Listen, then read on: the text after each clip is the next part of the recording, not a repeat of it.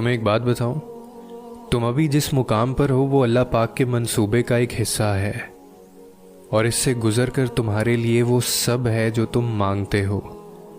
ये बेसुकूनी और ये उलझन तुम्हें अल्लाह पाक तक वापस ले जाने के लिए है। तुम जिंदगी के जिस मरहले पर अभी खड़े हो उसी में अल्लाह पाक की रज़ा है।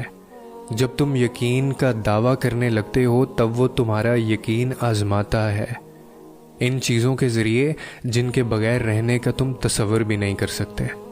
वो इन चीज़ों को तुमसे छीनता नहीं, बस अपने पास संभाल कर रख लेता है इस वक्त के लिए जब तुम उसे मनाने आओ और वो तुम्हारी झोली में इन्हें वापस रखते।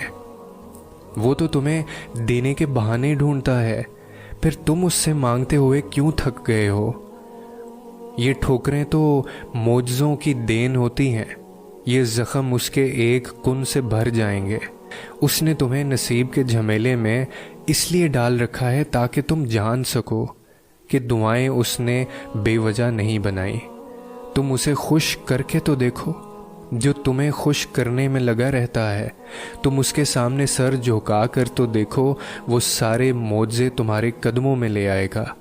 और ऐसा तो कुछ भी नहीं जो उसके कुन के बाद ना हो सके, क्योंकि अब तुम्हारे लिए जल्द अल्लाह की मदद आएगी।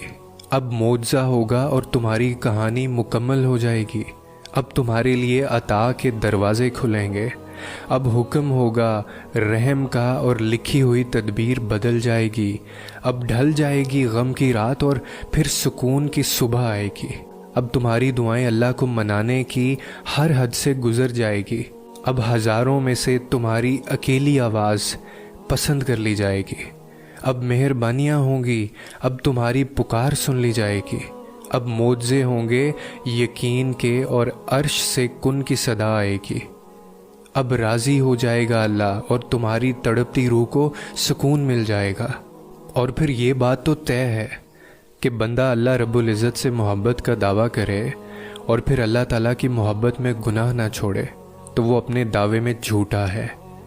जब महसूस होना शुरू हो जाए ना कि मुझे अल्लाह ताला से मोहब्बत हो रही है, जब अल्लाह ताला की ज़िक्र की महफ़िलों में बैठना अच्छा लग रहा हो, अल्लाह के नेक बंदे बड़े प्यारे लग रहे हों, उनकी बातों से दिल सुकून पा रहा हो, तो फिर आपकी सबसे बड़ी आजमाइश यही है कि अब अपनी मर्ज़ी की ज़िंदगी को बदलना पड़ेगा। अब मेरे दिल में जिसकी मोहब्बत आ गई, मुझे उसकी पसंद के मुताबिक बनना होगा। वो जैसी आदत को पसंद करता है, मुझे वो आदतें अपनानी पड़ेंगी। और अगर और ज़्यादा शदीद मोहब्बत करनी है तो फिर आजमाइशों के लिए भी ख़ुद को तैयार रखना होगा। हो सकता है वो महबूब किसी बात पर आजमा ले कि तू कितनी मोहब्बत कर सकता है मुझसे। उसकी आजमाइश किसी भी तरीके से हो सकती है, वो किसी भी तरह से अपने और करीब कर सकता है आपको। तो फिर घबराइए मत, बल्कि उसको याद कीजिए। उठते बैठते चलते फिरते हर वक्त बताइए कि ए अल्लाह, मुझे आपसे मोहब्बत है, मुझे अपनी मोहब्बत की मिठास अता कर दीजिए और वैसा बना दीजिए जैसा आपको पसंद है। और हमेशा याद रखो कि अगर सजदे की तौफीक मिल रही है तो इस बात को मामूली हरगिज़ मत समझें, क्योंकि सजदे में आपका सर ऐसे ही नहीं चला जाता, बल्कि आपको सजदे के लिए चुना जाता है। अल्लाह ताला आपको मुंतखब करता है अपनी इबादत के लिए। ये अल्लाह ताला की तरफ से ख़ास कबूलियत होती है, और ये तौफीक सिर्फ़ उनको ही नसीब होती है जिन्हें अल्लाह ताला देना चाहता है।